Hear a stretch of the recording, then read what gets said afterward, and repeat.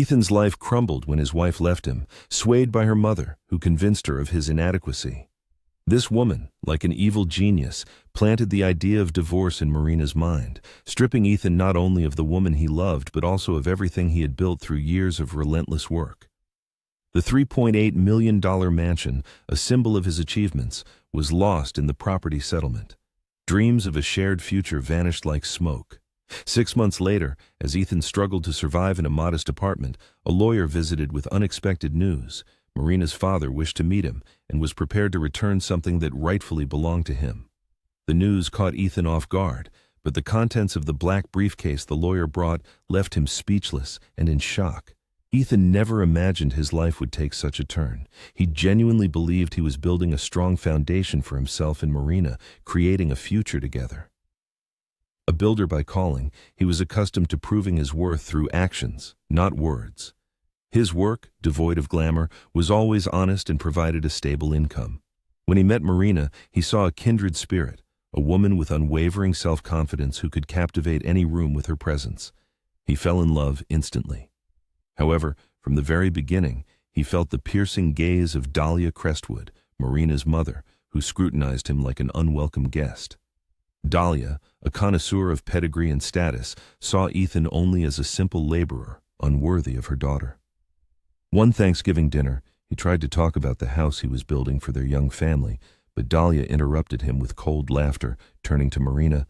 "My dear, a man who bangs nails his whole life will never be able to provide you with a decent life. Don't waste your best years waiting for him to become what he's not meant to be." Ethan swallowed the insult, forced a smile, and poured himself more wine, but her words burned within him. For a time, Marina defended him, assuring her mother of her love and their shared future. And he believed her. They bought a house in California, and as his business grew, he invested all his resources into furnishing it, transforming it into their private sanctuary. Eventually, the house became a luxurious, nearly $4 million mansion situated on a hill overlooking the ocean. Every brick, every board, every stone was a part of his soul. He hoped it would prove Dahlia wrong, confirming his ability to provide Marina with a dignified life. However, money and houses cannot preserve love when it is poisoned by constant venom. Dahlia never stopped whispering in Marina's ear, and over time, Ethan began to notice changes in his wife. Marina started repeating her mother's phrases. "You work too much. Why don't we have more? You'll never be like the men in Mom's circle." He tried to ignore it, reminding her that they were building this life together, but her patience wore thin. His mother, Irene, a perceptive and kind woman, saw it before he did. A simple churchgoer, she always believed in the best. She would take his hand and say, "Ethan, you are good enough. Don't let that woman make you doubt yourself." His younger brother, Caleb, also warned him, "She's not on your side, brother. A wife should support you no matter what and not listen to her mother." Ethan wanted to believe in Marina's love, in her willingness to fight for their relationship, so he ignored all the warning signs. But the day the divorce papers arrived was a blow he had never expected. Having endured a crushing blow, Ethan found himself at rock bottom. Marina, standing in the kitchen of the house he had built with his own hands, coldly declared their relationship over. No tears, no trace of doubt, just carefully chosen words, like a verdict delivered. "Mom was always right, Ethan. You're not meant to be more than a failed dreamer. I can't live like this anymore." The ground gave way beneath him. He wanted to scream, to dispute her decision, but her gaze was unyielding. The divorce proceedings became a cruel drama. Dahlia, head held high, watched in the courtroom as lawyers cynically dissected his life. Marina took almost everything: the luxurious house, his savings, the cars. He was left with mere scraps, debts from a collapsed business, and a gaping void in his heart that seemed destined to remain forever. Leaving the courthouse symbolized absolute solitude. He stood frozen on the steps, watching the car he had once paid for drive away, and caught Dahlia's triumphant gaze. Words were unnecessary. Her smirk left no doubt. He was utterly crushed. After that, Ethan was forced to move into a squalid apartment. Peeling wallpaper, clanking pipes, and the incessant groan of the refrigerator, all a far cry from the mansion where he once greeted sunrises with a cup of coffee. Every corner of this dwelling reminded him of defeat. He took odd jobs, barely covering rent and allowing him to avoid starvation. Pride prevented him from accepting help from Caleb or his mother, though they offered it. He started drinking heavily, staring at the wall for hours, wondering if Dahlia had been right all along. These 6 months were the darkest period of his life. The silence in the apartment was more oppressive than any noise. On sleepless nights, he tormented himself with thoughts of what he could have changed, where he had made a mistake. Marina was gone. Dahlia had won, leaving him only memories of a past life that now felt alien. He was sure this was the end of his story, that he was broken forever. But life is full of surprises, especially when you least expect them. The weeks following the divorce were steeped in a dull ache that refused to dissipate. Each morning, waking in that miserable apartment, he felt the same crushing weight in his chest. Sometimes, staring at the ceiling, he wondered how he had gone from owning an oceanfront mansion to sleeping on a sagging mattress in a mold-scented room. Humiliation became his constant companion. It wasn't just the loss of his home and money, but the loss of Marina. The realization that she had looked at him, the man who had given her everything he could, and decided it wasn't enough. The property division left him practically bankrupt. The mansion, cars, savings, all gone. He tried to keep his construction business afloat, but he no longer had the resources for projects. Clients left, sensing his weakness. Some even whispered that Marina and her mother had always been right, that Ethan Rohr was a ruined man. It seemed the whole world watched his fall, and he was powerless to stop it. Dahlia Crestwood didn't miss the opportunity to twist the knife deeper. One afternoon, as he left the courthouse after the final transfer of the mansion's deeds, she ambushed him in the parking lot. First, her sharp, cloying perfume overwhelmed him. Then her voice pierced him like a blade. "I always told Marina you wouldn't amount to anything, and you proved me right. People like you always return to the dirt where they belong." She turned on her heels before he could reply, slipping into her black car with the smug air of someone who had won the battle of a lifetime. He stood there, clenching his fists so tightly his nails dug into his palms. His blood boiled, but words stuck in his throat. She didn't know her words echoed in his head every night. It wasn't just a victory for her, it was a curse for him. He couldn't drown it out. The more he tried, the louder it sounded. "You'll never amount to anything." After his breakup with Marina, Ethan's life felt shattered. His mother, Irene, tried to mend his emotional wounds with her signature casseroles, the very ones that had warmed his childhood. As she placed the dish on the table, she offered words of comfort. "Ethan, a person's true worth isn't measured by wealth or possessions, but by the depth of their heart." Her eyes held compassion, but beneath it lay anxiety, a fear that grief would consume her son entirely. Caleb, his younger brother, was less inclined to sentiment. One day he showed up with a 6-pack of beer and declared bluntly, "You're letting them win. Dahlia is celebrating while you wallow in self-pity. Have you given up?" Ethan replied, "No. As long as I breathe, I will fight." His brother's words, though true, stung. The desire to fight was immense, but how could he when everything had been taken? The world seemed to shrink to the size of his small apartment. Days blurred into a gray mass. Ethan scraped by on odd jobs, repairing roofs and fences, barely making ends meet. Every paycheck vanished instantly, consumed by rent and bills. Nights were unbearable. Alone, he would gaze at old photographs where Marina radiated happiness. Her smile in those pictures haunted him, reminding him of the woman he married, not the one who left.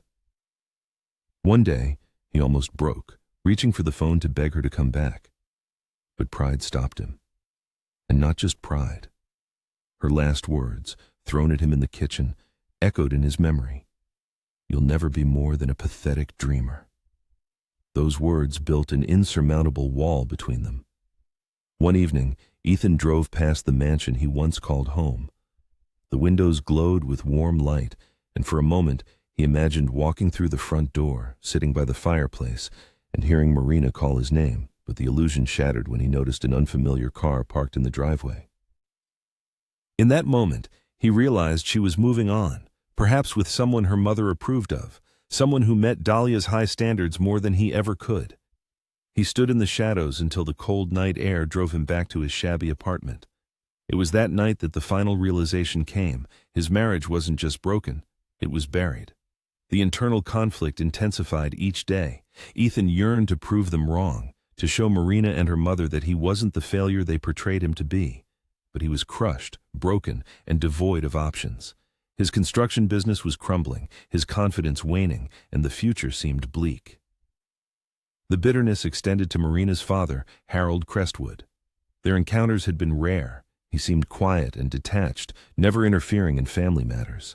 Ethan convinced himself that Harold was in league with Dahlia, that he looked at him with the same contempt. He cursed him in his thoughts, lumping him in with all the others. The entire Crestwood family had turned their backs on him, condemning him to a wretched existence. He continued to live by inertia, but each day grew heavier. Thoughts of giving up visited him more frequently, not in a desperate surge, but in a quiet resignation, when a person loses faith in the meaning of their existence. Ethan felt himself disappearing, turning into a shadow of who he once was. He didn't yet know that the storm wasn't over. The worst was behind him, but an unexpected twist of fate was already knocking at his apartment door in the form of a stranger with a briefcase, ready to change everything. The night before that fateful knock was no different from the ones before. Ethan sat in his apartment kitchen, clutching a glass of cheap whiskey, staring at a stack of unpaid bills. The refrigerator hummed, pipes clanked in the walls, and the silence pressed down like a heavy burden. He was starting to believe this was his life now, work by day, worries by night, a perpetual cycle. The knock on the door came the next day, around noon. It was firm and confident, unlike a neighbor's or a delivery person's.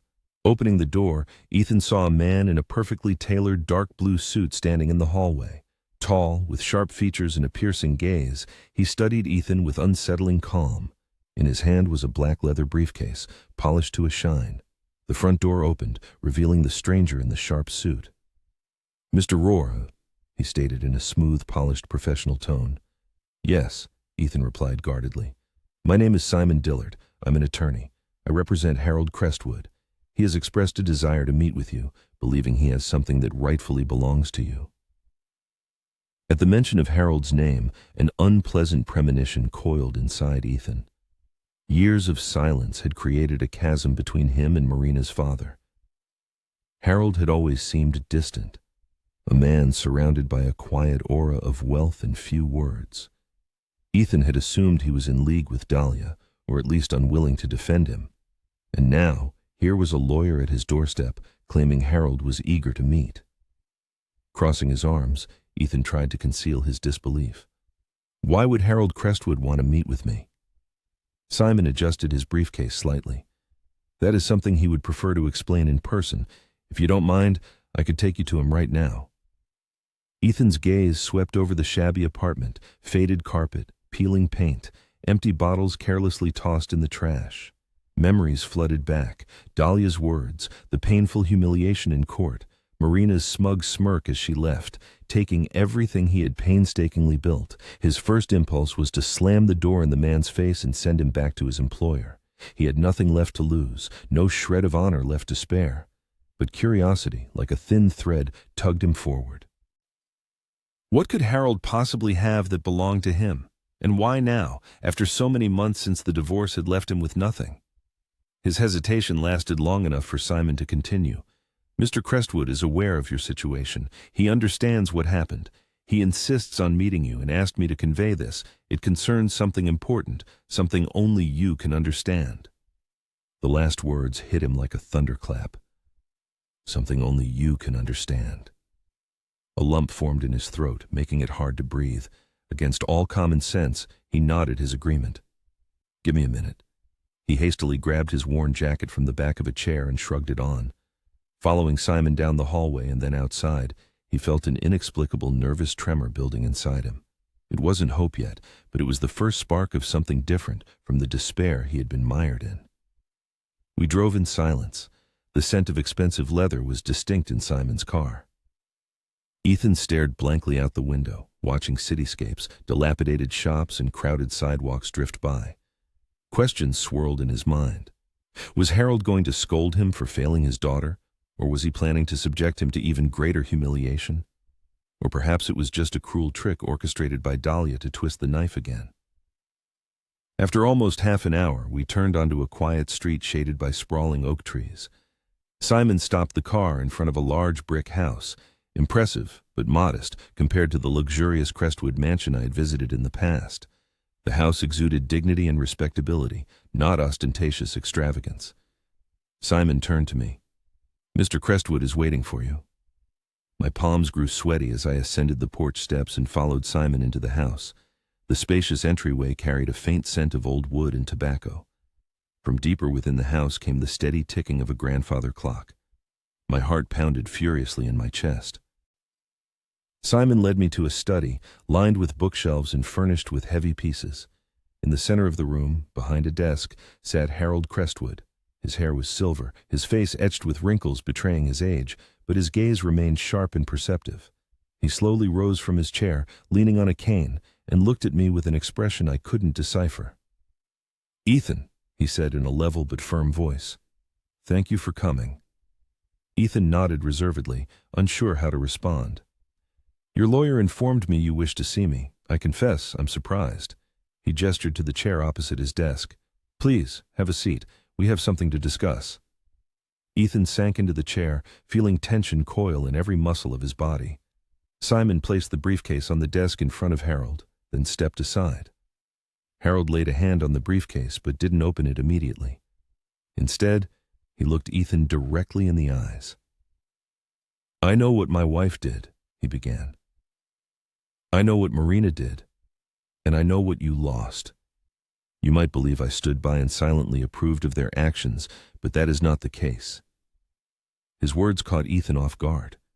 He shifted uncomfortably in his seat, holding his breath, waiting for him to continue. Harold went on, his voice firm and confident. "I have something that belongs to you, something that was always meant for you. I didn't interfere before, but I can no longer remain silent. It is time for you to receive what you deserve." The moment his hand reached for the briefcase, my heart pounded wildly. The click of the latches echoed through the room, drawing my gaze to the object as if it were a sealed vault. The briefcase, resting on Harold's desk, seemed to hold secrets and possibilities. My body involuntarily leaned forward, tense with anticipation. Inside, like a treasure, lay a thick stack of documents bound together and several old photographs neatly folded in a folder. Harold pushed the briefcase closer to me, inviting, "Take them." With trembling fingers, I picked up the documents, not immediately grasping their significance. Official papers, filled with legal terms, seals, and signatures, crowded my vision. But as the meaning of the words began to penetrate my consciousness, my eyes widened in astonishment. Deeds, shares, transfers of ownership, all pointed to multi-million-dollar assets tied to land parcels across California. And my name was inscribed in these documents.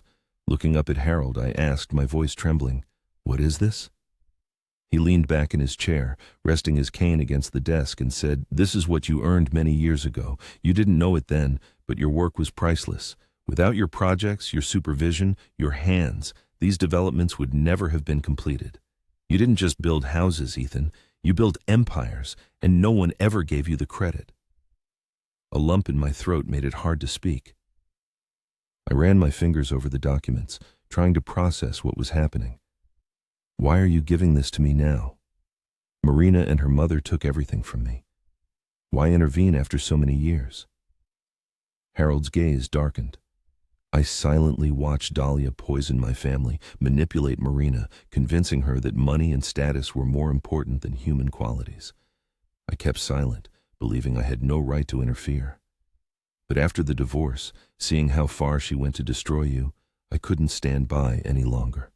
This was always meant for you, not for them. His words hit me like a tsunami. Months of defeat and belief in my own worthlessness, reinforced by Dahlia's words that I would never amount to anything, crumbled in an instant.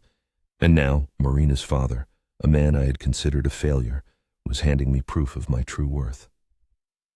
"I don't know what to say," I whispered. Harold's voice softened, though his face remained stern.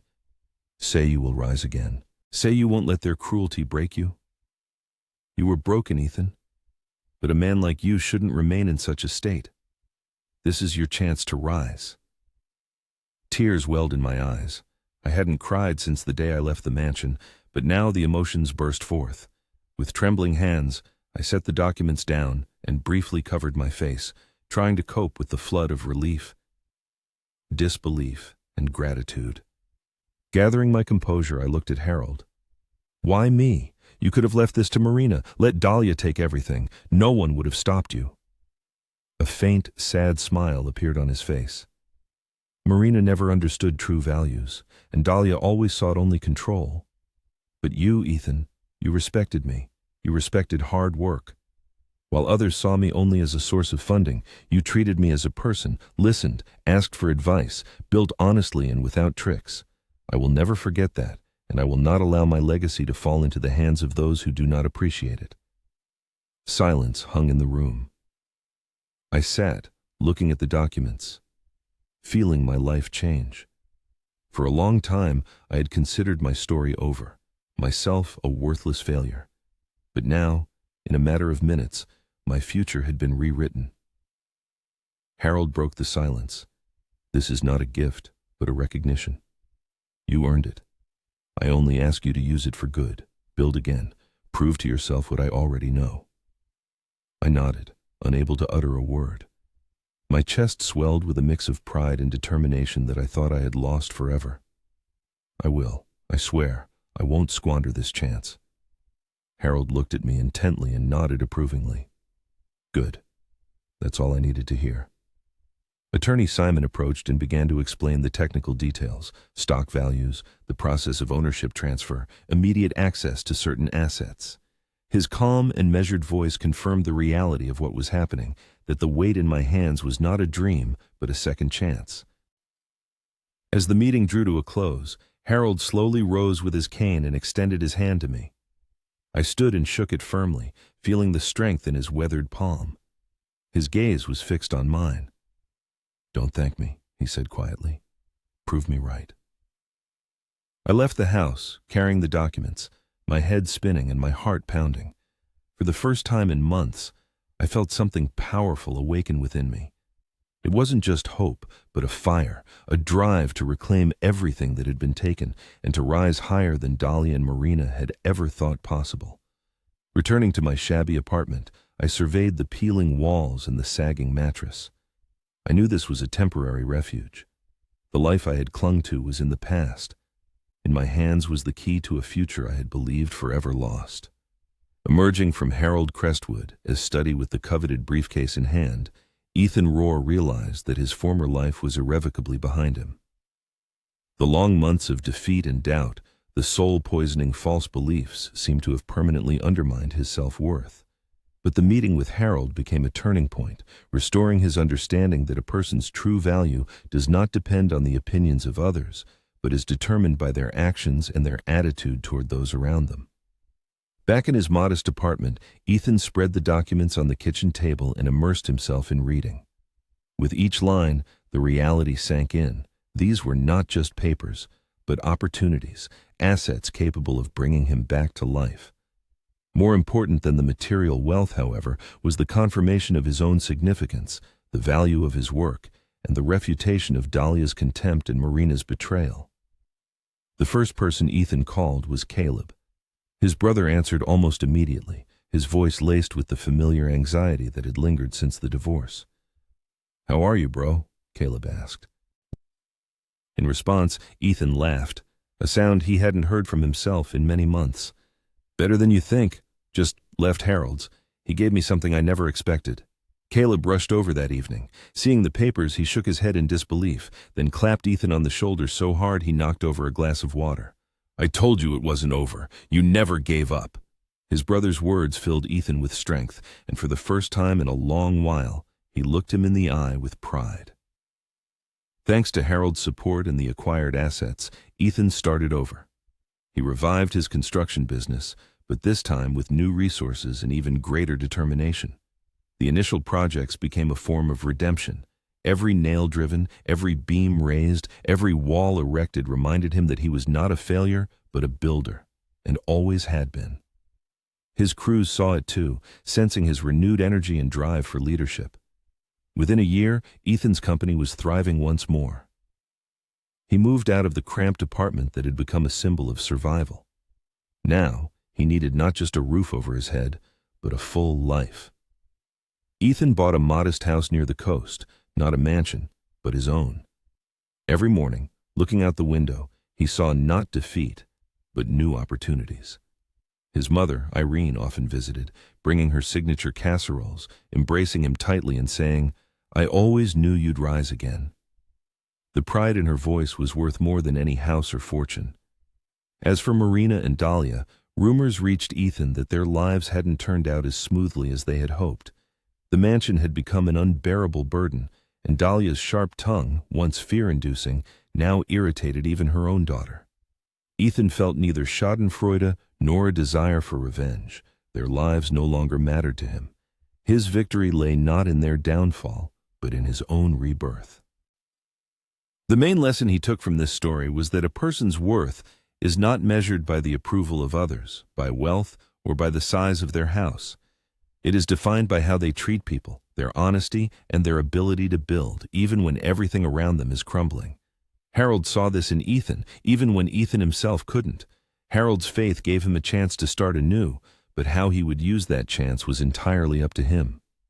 Recalling those dark months in the small apartment, Ethan remembered the oppressive despair and the feeling that his life was over. Now, looking back, he saw those trials as the foundation for everything that followed. The pain became a fire that tempered him, and the losses, the soil from which new growth emerged. The main truth he wanted to share with the world was that no one can define a person, no matter how many people turn away from them or how loudly they proclaim them to be nothing. A person defines themselves by how they rise after falling. Ethan Rohr stands here not as the failure Dahlia thought him, but as a man who proved her wrong through his life, his work, and his resurgence.